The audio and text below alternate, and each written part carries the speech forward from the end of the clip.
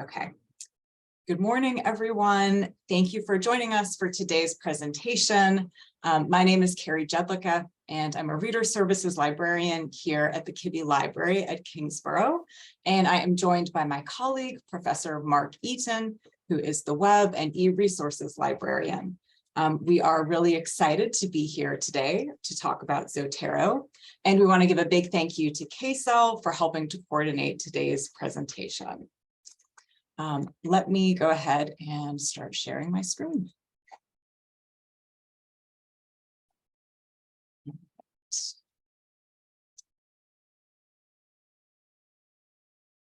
Okay, so this is our roadmap for today's workshop. We are going to start by describing Zotero and the different ways that it can help you with your research process. Then Mark and I will take you on a tour of Zotero. We'll show you how to create your own account, and we'll demonstrate how to use some of Zotero's key features. Then we'll share our own personal Zotero use stories in the hopes that we will give you some ideas for ways that you might want to use Zotero. And then we will wrap up with a Q&A. We should have plenty of time for questions, and we'll also share some resources that can help you get started using Zotero. If you have questions at any point, feel free to put them in the chat. We will do our best to answer them, or you can just save them for the end, whatever works for you. All right, let's get started.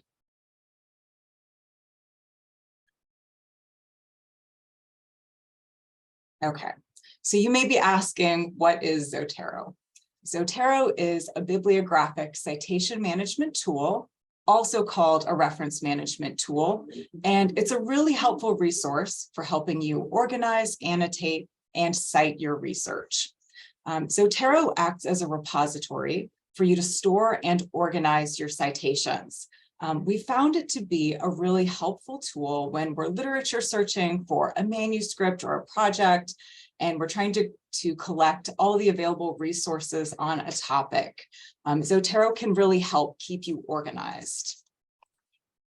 In Zotero, you can create project folders, or they're called collections in Zotero.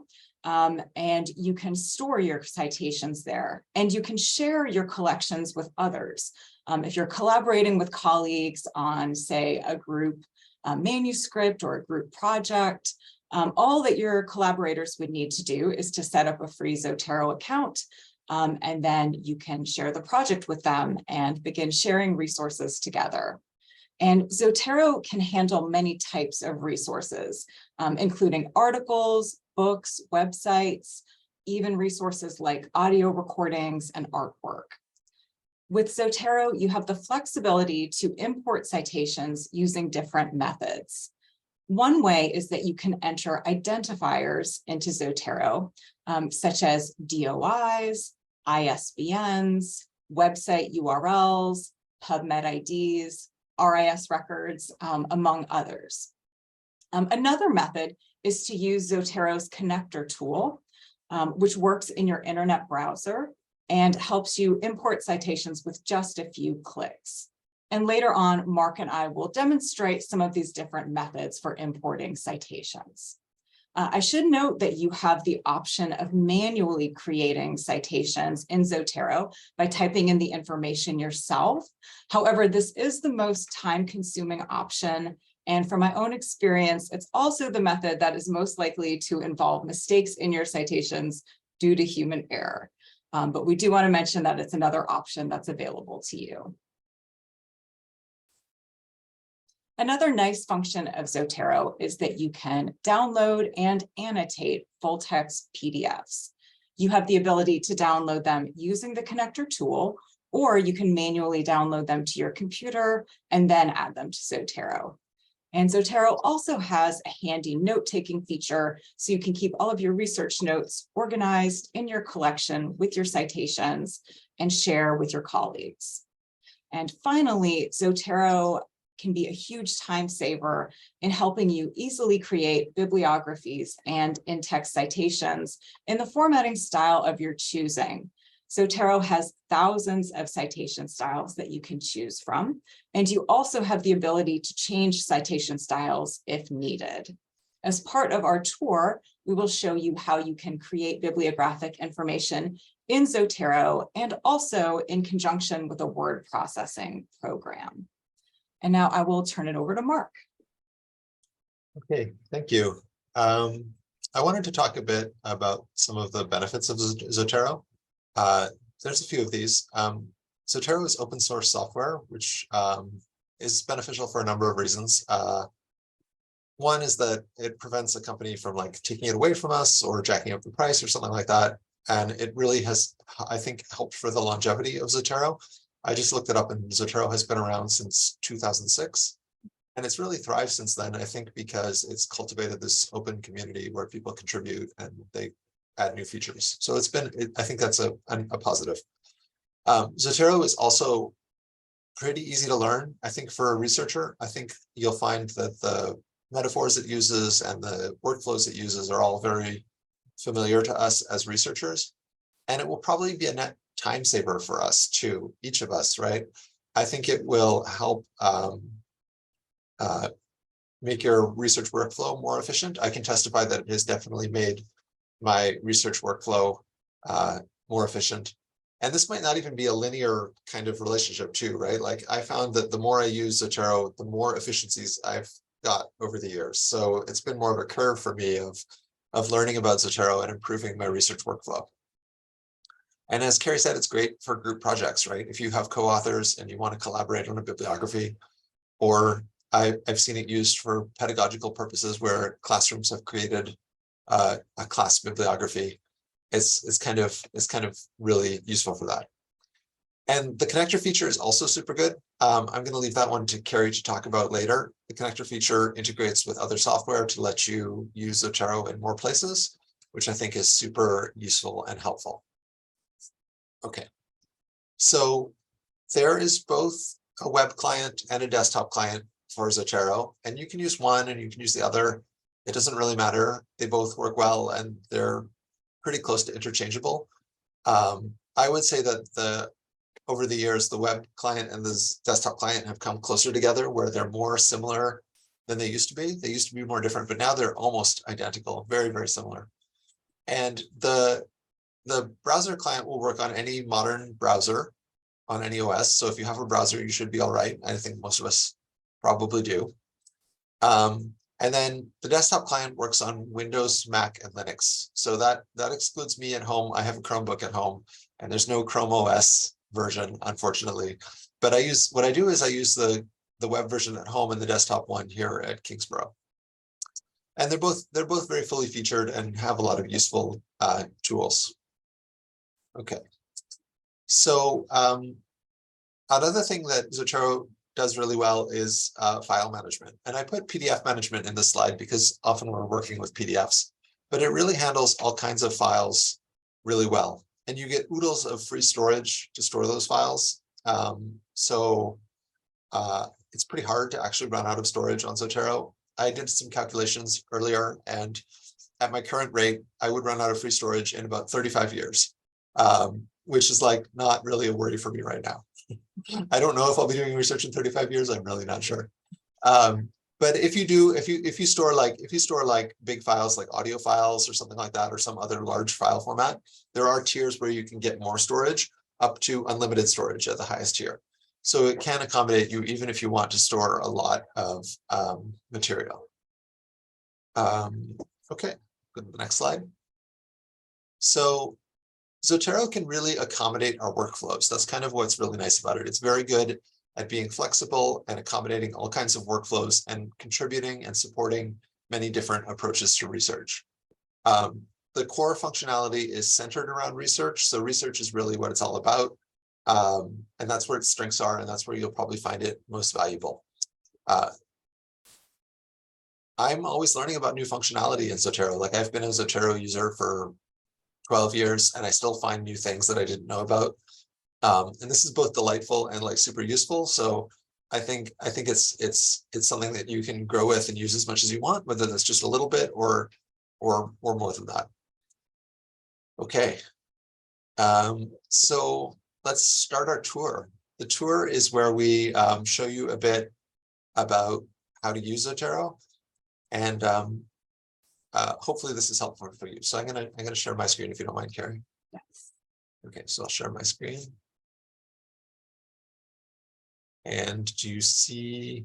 Yes. Do you see? Oops, I can't close this because it is necessary. Okay.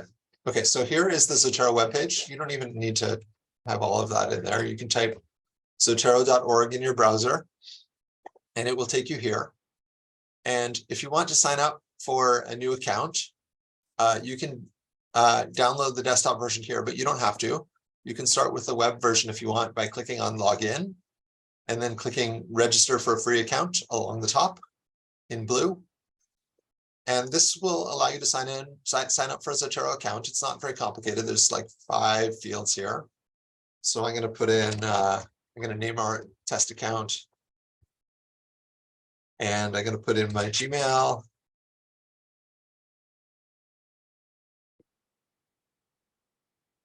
And I guess I need a password. And I have to confirm that I'm not a robot. And it should send me an email. So it sent an email to activate my account. You guys are probably familiar with this workflow. I'm going to open my Gmail off screen so you don't have to look at all my messages. And what it's going to do is it's going to provide an email with a link to click, like a validation link. So I'm going to click on that email. And I got a message on this other screen over here that it was a success and that my account has been created. So I believe I can log in now. Oh, it's already logged me in. So there we are. We have an account called Kingsborough Demo 3. And what's super useful here is now we have a web library over on the left of the navigation bar. This web library has appeared because we're now logged in. And if I click on that, you will see we have an empty library that we can start with. So this is where you'll start with a blank slate. That's okay. What I'm going to do is I'm going to switch over to my personal Zotero because it's already populated with a lot of documents, and that might help explain a little bit what's going on rather than trying to create whole bibliographies right now. So let me switch to my Zotero. Oops, I missed it. Do you see that? Yes. Okay, great. So I have, a lot of stuff in my Zotero. If I go to the library, I have tons of stuff that's accumulated over the years. And you might be like, well, this is too much to look at. I don't want to look at this much. What I recommend is that you organize your Zotero library into collections, they're called. They look like folders like you'd see in a file system. Zotero calls them collections. So I'm going to right click on my library and create a new collection called Kingsborough Demo. It looks like I created one before for the workshop. Anyways, we'll start a new one. So now we have a collection, right? And this is useful because it's like a conceptual container for our project. And you can put whatever you want in here. If you click on this this green add link, you can see you can add books, but you can also add all kinds of other stuff to your collection. And this covers a lot of use cases.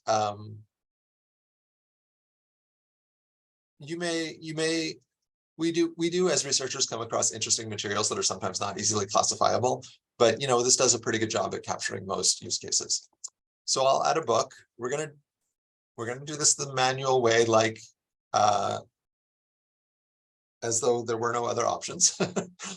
So this is probably the least efficient way to do this, but you can type in your book details. And you can add as much information as you want, right? Maybe you want to add a publisher and a date. You can fill this out to your satisfaction, right? Now, I haven't done a very good job here. I've only added a couple fields, but I've decided that it's sufficient. And now I have a record for this book by Carrie that she wrote in 2010. So that's kind of useful, right? We've started our collection, but I wouldn't say that it's the most useful way to do this. Zotero also has this sort of magic wand feature here, which will allow you to add items by their ID, whether this is an ISBN or a DOI or whatever ID you have for that item. Now you would be like, well, what is an ISBN? ISBNs are unique identifiers for books. They're not actually for the text of the book, but they're a unique identifier for the format. So an ebook would have an ISBN, whereas the print copy would have a different ISBN, or the paperback would have a different ISBN than the hardcover or what have you. So what I'm going to do is I'm going to go to the browser, if I have one open somewhere. Yeah, here. I'm going to go to the library. Are you still see what I'm doing? Yeah, okay. And I'm going to look up a book on citation. This is like really like simplifying the research process, right? Presumably we would put some effort into picking something, but we're just doing this as an exercise right now. So say I want to add this item to my Zotero collection. I can click on it. And if you look in this record, you will see that it has an ISBN, probably more than one. It has a couple ISBNs down here for this book. Now you will find these in the library catalog. You will find them on Amazon. You will find them on services like Goodreads. You'll find them inside the front cover of the book, right? There are lots of places where you can get this number. And what's really cool about it is if I copy it and I go back to Zotero, I can add it just by pasting in the number, and it will populate with a book. So that's super useful, right? And it did a much more thorough job than I did. I only entered a couple of fields, but the importer entered in lots of fields. It did pretty well with the details. You might want to check those details, of course. It's always good to double check the metadata that you're using, especially before you make your bibliography. When you're done your project, it's good to double check. But this is super useful. And now we have the start of a collection, right? We have a couple things here that we've begun creating our bibliography. And then you can sort these. I'm going to click back to my library because it'll be more clear what's going on. You can sort these by date or by author. So say you want to sort them alphabetically by author, you can do that, or alphabetically by title, you can do that. And that's kind of useful for finding things if you know what you're looking for. Like say I know I'm looking for a specific author. I could find Catherine Albanese by scrolling down. I could also find her by searching up here in the same way, and it would just show me the works that match that search, which is useful once your library gets kind of big, right? And especially because we're not always searching by author. Sometimes we're looking for specific words, and maybe they're in the title, or maybe they're in the short title. The search is a lot more powerful than scrolling it after a certain scale. Okay, so there's also these tags here. If you go down here, these tags on the bottom left some people find them really useful as a way for classifying things. I've never actively used tags, so I've never created any tags, but these are just from imports I've used. So things I've imported have had tags attached to them, and they have populated my tags field. You can add these yourself under the tags tab on a record. So if you wanted to start using tags, you could create your own tags here, right? Pretty straightforward. Like I said, I've never really used this, but I know some people find it very useful for like a taxonomy of their research. So it's available to you there. You can also have public folders. I have a couple of public folders here for different purposes. The second one, Religion 375, was a Buddhism course that I took where we created a class bibliography over the course of the semester, which was kind of interesting. That's one use case. You might want to share a folder with your co-authors. I know we mentioned that earlier, but you might want to create a folder with your co-authors to collaborate on a bibliography, or you could create a bibliography for the purposes of sharing publicly. So this readings on open source, I made this a long time ago, and it's not really useful to me today, but I wanted to share it publicly at the time, and I created this folder, which is then you can when you go to it in the web Zotero, you can copy the URL and share the URL to this collection, and whoever you share it with can see your collection and see what's in there. So let's make a bibliography, right? If you go to the collection, let's see if we can do it here, and you right click Oh, no, it doesn't work for that. Okay, let's go to a collection. Let's go to the collection we already created. If you go here and you right click on the collection, you can create a bibliography from the collection. So this is what you'll do when all your references are in place and you're ready to get your manuscript together to submit to the publisher. You can do this and you can pick what style you want to use. There's a bunch of them here. There are many more here, but you can pick your style. Let's pick APA and copy it to the clipboard. And then if I go to pretend this is my paper here, say this is my paper, I could paste my bibliography into the paper and I have my works cited list. Now, this isn't great, partly because we didn't really enter enough details for our first book by Carrie, right? We only put in a very partial record, but for the one that had a nice full record, you can see it did the citation very nicely. And presumably if we filled out this one a bit more, it would produce a nice citation as well. So that's how you create bibliographies. The last thing I want to show you before passing it back to Carrie is that you can take notes on documents that you have included in your collection. So let me show you what I mean. I'm going to go to one that actually has a PDF attached, if you don't mind. So let me go down here. So these ones all have PDFs attached, which you can see with a small red PDF icon along the side of the record. If you click on this, you can open it, double click to open it. It will open the document, it'll open your PDF. So here's this PDF that I was reading earlier for a project. And what you can do is you can take bits, say you want to create a note about this part here. You can copy it and you can paste it into the notes. Let's add a note. You can paste it in and it cites it for you, right? It doesn't just put the text in there. It also puts the page reference and the author's information and the year so that you know where this quote came from. And I can say, you know, this was a very interesting article or whatever I want to say, right? And I do this a lot. I keep notes this way when I read. I keep my PDFs in Zotero and I take my notes in Zotero. And it really centralizes everything in one spot in a way that has really simplified my workflow a lot. You can see back here, if you look at what I'm pointing out there, I used to have piles of paper that I did this, and now I don't have piles of paper anymore. I have it all in Zotero, and it's been a real improvement to my workflow. So now I think I'll pass it back to Carrie. Oh, let me stop sharing my screen. Sorry. No problem. Oh, there it is. All right. Thank you, Mark. All right. Oops, I'm still in my PowerPoint. Sorry, let me stop sharing for a second. I forgot I left that in full screen. Bear with me for a moment. Let's see.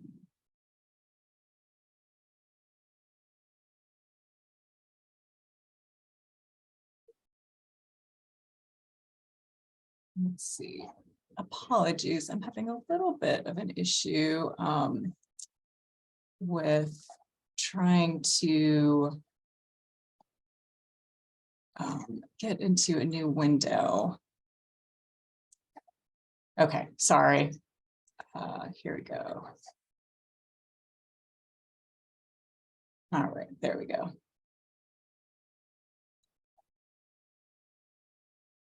Okay, hopefully everyone can see my screen. Okay, so now I'm going to talk to you all about the Zotero connector tool.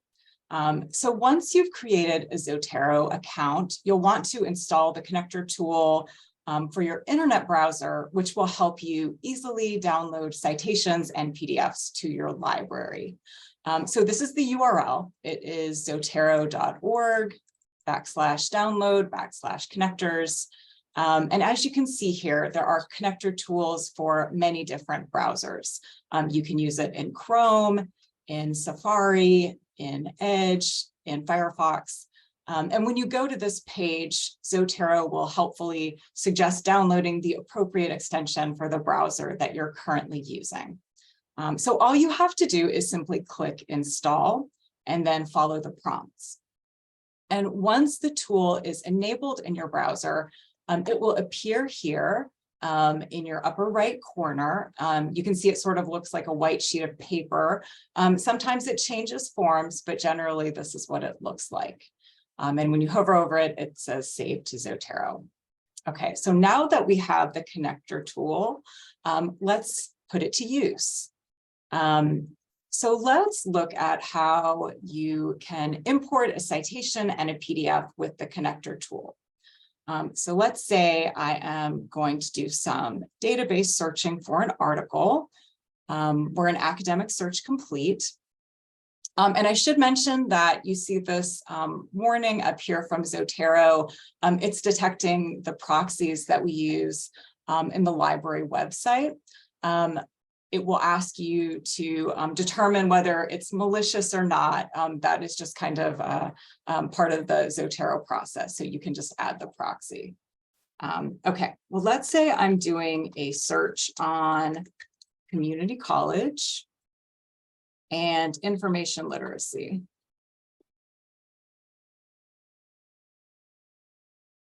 Okay.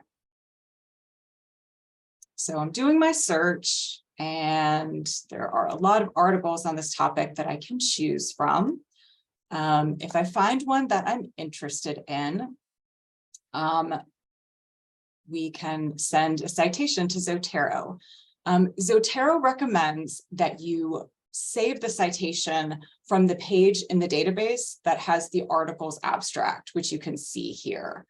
The reason for that is that this page contains a lot of metadata or information about the resource that Zotero can then transfer back to the library and save. And Zotero actually recommends you doing this from this abstract page in the database rather than actually pulling it from the full text article. And we can see here that we do have access to the full text. So all I'm simply going to do is click on the Save to Zotero button. And if I click on this downward arrow and click More, I see all my options for where I can save it in Zotero. I can save it in my library, so it'll just be added to my general pool of articles. Or if I have a folder created, I can add it there. I have a special demo folder that I'm going to use today to save it. And we can see here, if I want to add tags at this point, I can do that. And Zotero recognizes that we have access to a full text PDF here. So I'm just going to click done. Okay, and then I want to go back to my Zotero web library. And sometimes you have to refresh. Oh, I accidentally got logged out. Okay, and we can see here in my folder that the citation imported. And as Mark mentioned, we can see the PDF icon, so we know that we can access the PDF here in Zotero. So here on the right, we can see our citation information. We have the abstract article. I can add notes here. I can add tags. They've suggested a few. And if I need to add any attachments, I can. For some reason, if the PDF had not transferred to Zotero with the citation information, this is where I would want to add it. Usually this is not a problem for me. If you're in a database where we have access to the full text, or if you're searching in open access resources, it's usually a pretty smooth process transferring the PDF automatically to the Zotero. But occasionally I've been in situations where my Wi-Fi connection was not so good and the PDF did not transfer. So if that should ever happen to you, what you simply want to do is download the full text article to your computer. So I just click on this downward arrow. And I will just save this as demo article. We can see it saved here. And then I go back to my library, and under attachments, I want to click on add file. And then as long as I can remember where I've saved my article, which sometimes is a challenge for me, I can just click open and the PDF will pop up here. So that's how you can make sure that you've added your articles. Okay, one final thing that I want to show you is another way that you can create bibliographies in Zotero. Mark showed you how you can do it within Zotero itself, but I want to show you how you can do it with a word processing program. Zotero has a few different programs for word processors. You can download the plugins for Microsoft Word, for LibreOffice, and you can also use it with Google Docs, which is what I'm going to show you today. Google Docs is nice because once you have installed your connector tool, Zotero is going to immediately appear automatically in your menu in Google Docs. There's not a separate step. You don't have to download an additional plugin. So that's nice. But one thing that you do need to know is that you also need to use the desktop app in order to use Google Docs, which I will show you mine. It pretty much looks the same as the web library, as Mark mentioned. So you need to have installed the desktop app and you need to have it opened on your computer. All right, so if I am going to Google Docs and say I'm working on a manuscript and I want to insert some citations, what I do is I click on the Zotero button, which is in my menu. I should mention that the first time that you use Zotero in Google Docs, it's going to prompt you to authenticate your Google account with Zotero, but just follow the steps for that. And then afterwards, you're good to go to use it. So if I click here, I want to click on Add or Edit Citation. And a dialog box will appear. Sometimes it will appear in a different window. And again, I can select the citation style that I want to use. Let's go with MLA style. Okay, so this box lets you know that it's working. And so now I just want to start to enter either the names of the authors that I want to cite. Carrie, Oh, yes. we're not seeing your pop-up boxes that you're working. Sorry about that. It's okay. Let's see. Okay. Still not seeing that. Okay. Oh, well, I do apologize. Let me see. Let me try to share again and see if this works. If not, I may just have to describe the process for you. So sorry about that. Okay. Yeah, we see it now. Oh, okay, great. Thank you.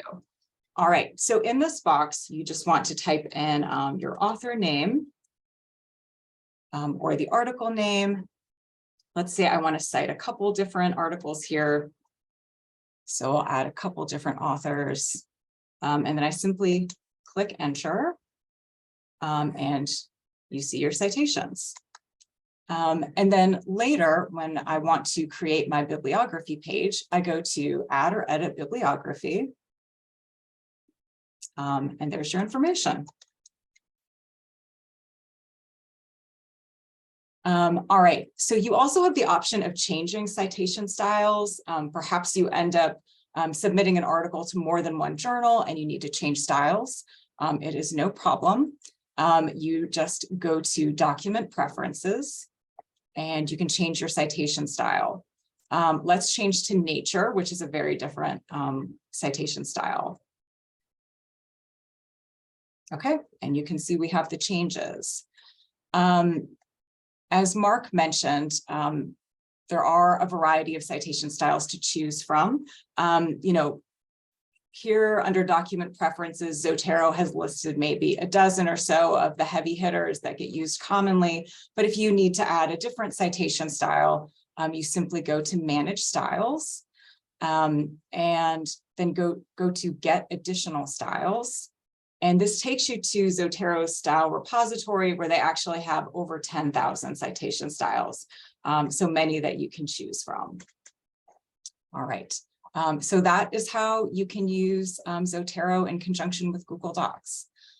All right, well, now let's transition back to our PowerPoint, and we're going to talk about some different use cases for Zotero.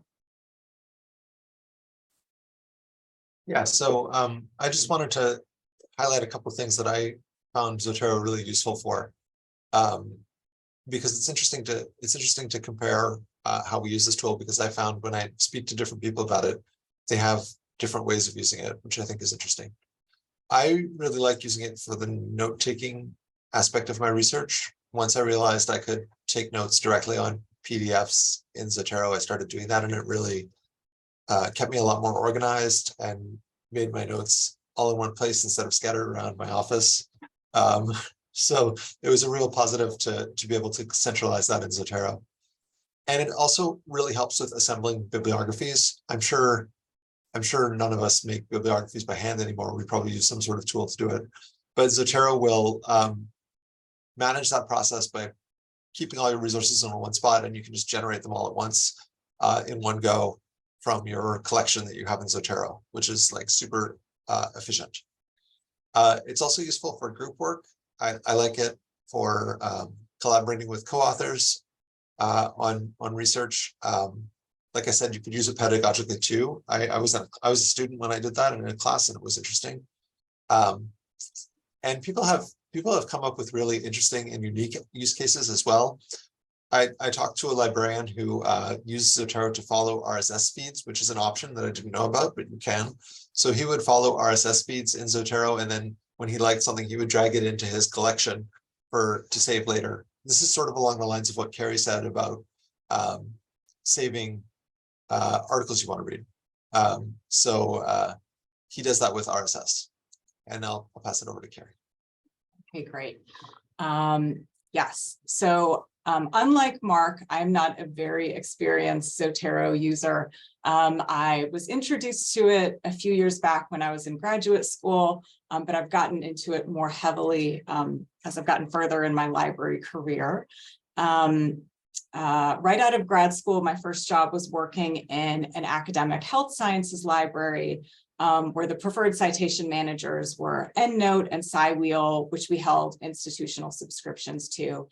So those were my first real experiences understanding all the ways that citation managers can contribute to your research process. And at that same time, I started using Zotero when I did some volunteer work for NYLA, which is the New York Library Association. I was part of a Pathways to Librarianship working group that was working on creating a white paper about equity in academic libraries. And we were all supposed to help contribute articles for this future paper. And that was really when I started to use Zotero, and I really came to appreciate the ease of importing PDFs and citations. So then when it came time for me to create a bibliography for a poster for an academic conference, I stuck with Zotero, and I created the bibliography using Zotero software.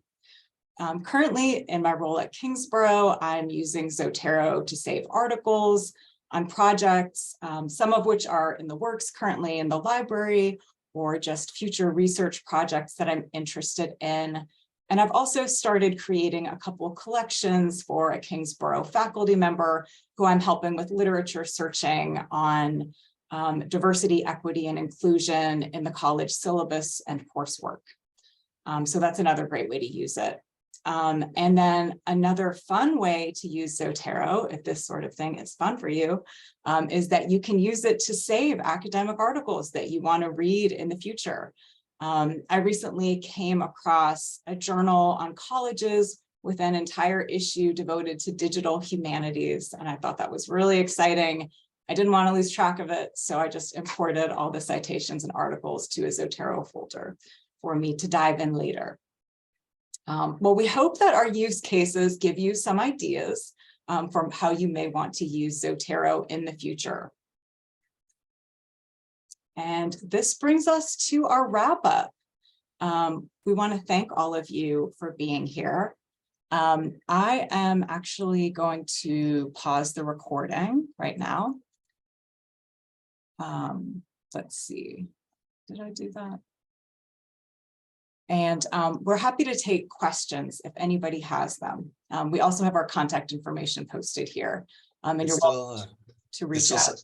it still says reporting. Oh, sorry on about my that. screen. Yeah. Let's see. I have a question. Do you